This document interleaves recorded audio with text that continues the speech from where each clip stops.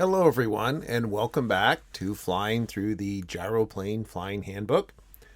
In this video, we're going to continue our discussions from the second chapter, which is about aerodynamics. And in particular, we're going to talk about the forces acting on a gyroplane in flight. So if you look here, we have a picture of a helicopter and a gyroplane both in flight. And they are similar but different. So if we start with the helicopter here, we'll notice that the helicopter, of course, has a powered rotor. And how do you move forward in a helicopter? Very simply, you tilt this rotor disc. So some of that resultant force, which I would call lift, but it seems like the FAA thinks that it's only lift if it opposes weight. But anyway, the aerodynamic force is tilted forward. So some of that is horizontal, and that's going to be your thrust in your helicopter that makes you go forward. Some of that is directed upward to keep the thing in the air. And that is opposed, of course, by weight and drag. And we have different kinds of drag. Won't go into that because this is not a course in helicopters. This is a course in gyroplanes. So how is that different in a gyroplane? Well, in the gyroplane, we have a rotor that is not powered. So we can't use this rotor to thrust us forward. Instead, we have to use a propeller. Typically, in most modern gyros at least, that propeller is mounted in the back, and that is going to provide our thrust. The rotor is still providing lift. Now, because, as we discussed previously, the air has to rush upward into this rotor, we have to have it tilted back at least a little bit. And as a result, we're going to have some drag from that rotor. We don't get any kind of thrust. We only get lift and drag from that rotor. There's going to be more drag from the fuselage, of course, and that opposes weight and thrust. So let's talk a little bit more about the forces on the rotor itself. So the rotor is spinning and it's producing lift.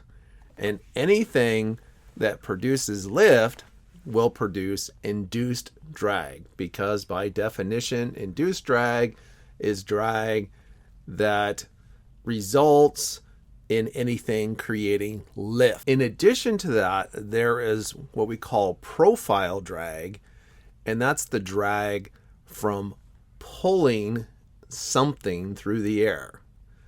Now, the smoother that surface is, the better off it's going to be. If you really study this kind of stuff, you can look at things like Reynolds numbers that describe how much friction you're going to get from pulling something through a fluid, which could include the air, based on its shape. And of course, we try to make our aircraft as aerodynamic as possible. Now, obviously, the one that's pictured here, it's all open, so it's going to have a ton of drag.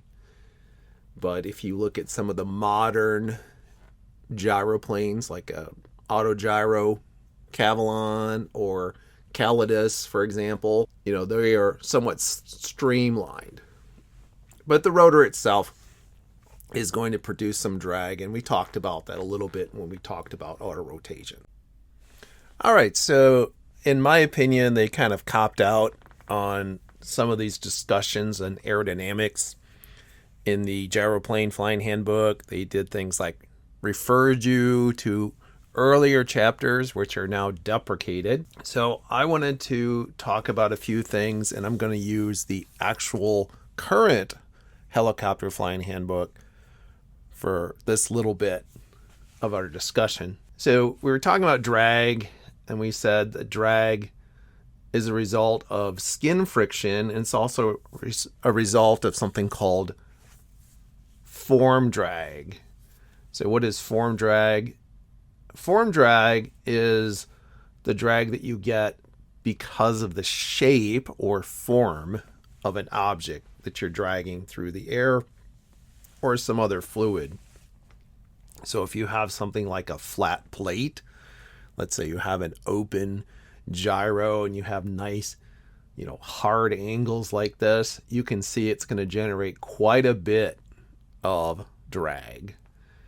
Even something like a sphere, you might think is going to have low drag. Well, it's certainly better than this, but it's not great. And what makes it better?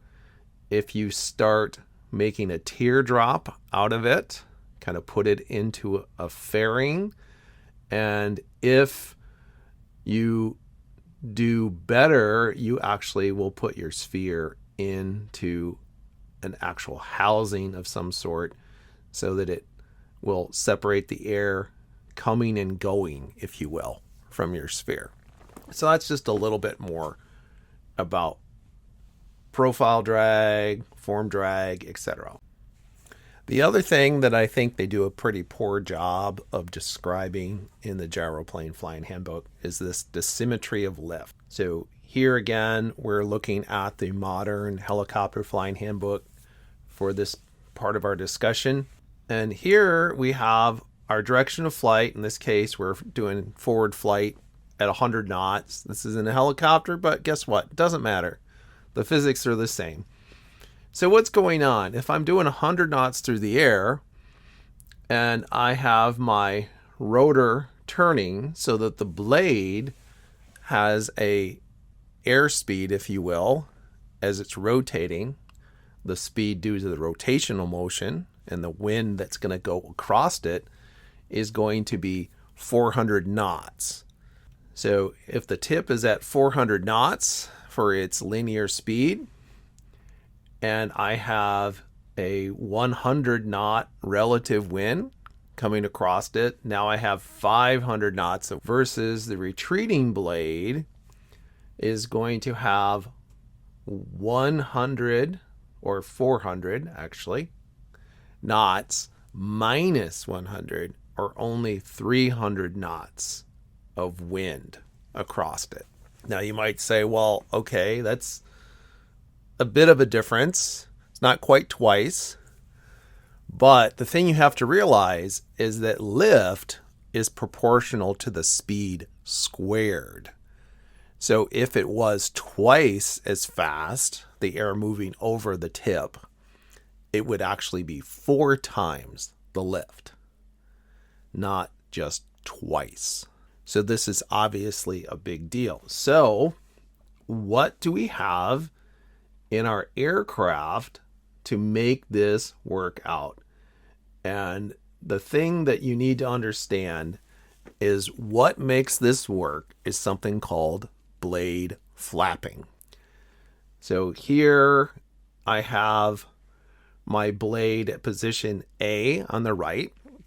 This is assuming that our blades turn the normal way, counterclockwise, or for you British people, anti-clockwise, if you from above. And here I have a really high wind coming across my airfoil, but that's going to cause it to produce more lift, and as a result, it's going to flap upward. When it flaps upward, it's essentially flapping away from the wind, if you will, and that will reduce the angle of attack. So this is now going to produce less lift. If I look at the other side on the left, at position C here, now this is going slower. It produces less lift, so now it flaps down in order to meet that relative wind, if you will. And in the result of that is that this increases the angle of attack, which increases the lift. So what's the net of all of that? The net of all of that is very simple. basically this is going to magically balance itself up. So the only way that it can't magically balance itself is if you exceed some sort of limit. Let's say you go too fast. If you go too fast, now there's only so much flapping that your blades can do. Most gyroplanes have a two-bladed semi-rigid rotor system. You can only tilt so much. This is something we check on the gyros when we do conditional inspections, annual inspections and such. Make sure that they tilt the right amount. And, there's only so much tilt that's allowed, because if you allow too much tilt, then you run into problems with things like, oh, I just topped off my tail and stuff like that. Okay, so I wanted to just go a little bit deeper onto this dissymmetry of lift. Well, that's all for this video. I'll see you guys in the next one.